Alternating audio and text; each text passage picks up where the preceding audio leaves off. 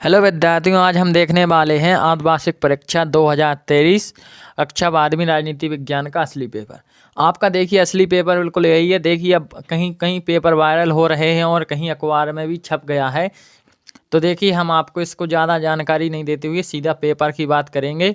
आपका देखिए पूर्णांक रहेगा 80 और समय रहेगा 3 घंटे। और आपको सबसे पहले दिए जाएंगे दिशा निर्देश। आपको निर्देश जरूर पढ़ लेना है। अब इस प्रकार आपका होगा पेपर शुरू। अब जैसे आपका पहला प्रश्न रहेगा, ये आपके 6 नंबर का रहेगा। इसमें आपके सही विकल्प पूछे जाएंगे। पहला प्रश्न है, सही विकल्प चुनकर लिखिए।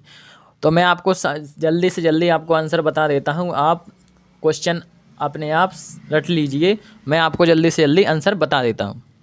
पहला क्वेश्चन, निम्नलिखित में बाल्टिक गणराज्य कौन सा है? तो इसमें आपका ऑप्शन नंबर एस्टोनिया, बी, सी। इसका आंसर हो जाएगा उपयुक्त सभी, डी। देखिए आपका दूसरा है, यूरोपीय संघ के झंडे में कितने सितारे हैं? तो इसका आंसर हो जाएगा ऑप्शन नंबर बी, 12।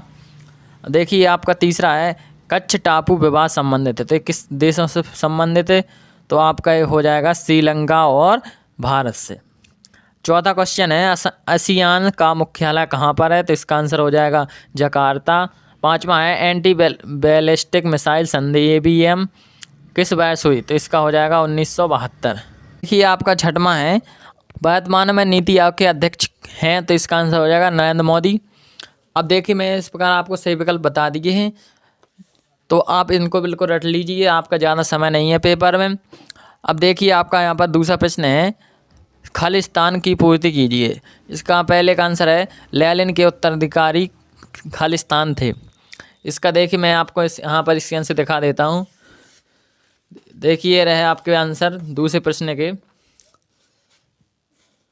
पहले का हो जाएगा आपका जॉर्ज स्टालिन, दूसरे का सिंगली, तीसरे का काठमांडू नेपाल, चौथे का 1944, पाँचवें का वॉशिंगटन DC, और देखिए आपका छठवें का इंडोनेशिया, और सातवें का है जयप्रकाश नारायण। देखिए यहाँ पर एक क्वेश्चन है आपको पहले लेनिन के उत्तराधिकारी आपका इसमें हो जाएगा जॉर्ज स्टालिन। दूसरे में श्रीलंका में खालिस्तान समुदाय की बहुसंख्यक है, तो इसमें सिंगली। इसमें 18वां दक्षिण सम्मेलन, इसका हो जाएगा काठमांडू नेपाल। चौथा है अंतर्राष्ट्रीय मुद्रा कोष की स्थापना, इसमें हो जाएगा आपको 1944। देखिए आपका पाँचवा है विश्व बैंक का मुख्यालय, तो इसमें हो जाएगा आपको वॉशिंगटन DC। छठवां है बांडुंग सम्मेलन खालिस्तान में हुआ, तो इंडोनेशिया में हुआ था। सातवां है संपूर्ण क्रांति का नारा के प्रतिपादक, इसमें हो जाएगा आपका जयप्रकाश नारायण।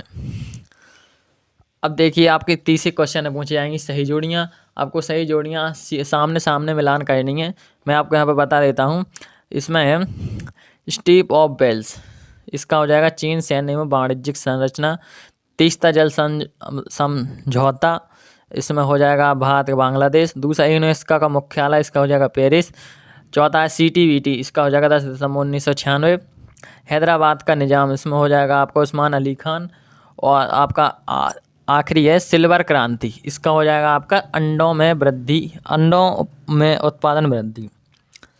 अब देखिए यार आपके चौथे क्वेश्चन पूछे जाएंगे एक वाक्य में उत्तर, तो आपको इनके उत्तर लिखना है। किस प्रकार मैंने यहाँ पर लिख के रखे इनके आंसर। लिट्टे का पूरा नाम, तो इसमें हो जाएगा liberation tigers of Tamil Eelam. दूसरा है यूनेस्को के वर्तमान महानिदेशक का नाम लिखिए, आंद्रे एंजेलो। अब देखिए आपका तीसरा, आतंकवाद से सुरक्षा किस श्रेणी में आता है? तो इसका हो जाएगा अपरंपरागत। देखिए चौथा है हैदराबाद का भारत में विलय कब हुआ? 17 सितंबर 1948। पाँचवा इकोनॉमी ऑफ परमानेंस के लेखक, इसमें हो जाएगा JC कुमारप्पा। अब देखिए आपका यहाँ पर 1974 के बिहार आंदोलन का प्रसिद्ध नारा था, तो इसका ये रहा आपका, इसका नारा देखिए यहाँ पर लिखा हुआ है। मैं आपको यहाँ पर देखिए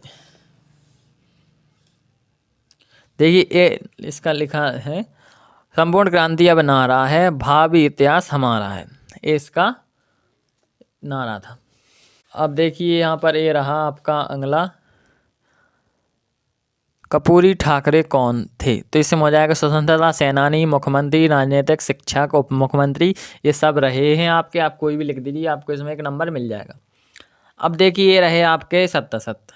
पहला है कश्मीरी बोलने वाले अधिकांश लोग हिंदू थे, ये आपका गलत है। दूसरा देखिए नीति आयोग की स्थापना 2020 में हुई, ये आपका असत्य है। तीसरा, भारत सभी प्रकार के परमाणु परीक्षणों का विरोधी रहा, ये आपका सत्य है। अब देखिए आपका चौथा है, 1960 के नेपाल में लोकतंत्र की स्थापना हुई, ये आपका सत्य है। और देखिए आपको पाँचवा, अब आसियान का प्रथम शिखर सम्मेलन भारत में हुआ, ये आपका सत्य है।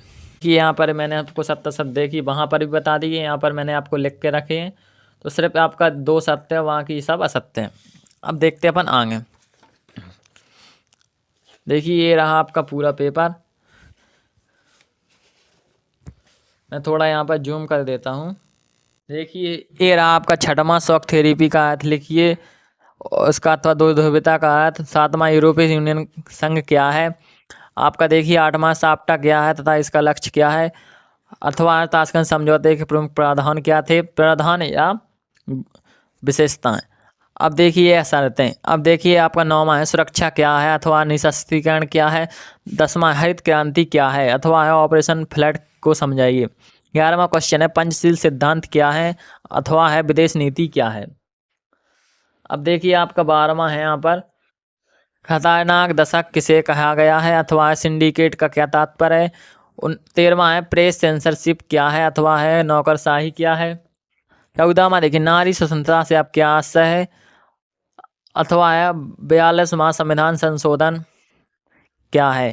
देखिए 15वां है, क्योटो प्रोटोकॉल क्या है। देखिए आपका अथवा है सॉल्ट 2 सेकंड किसे कहते हैं।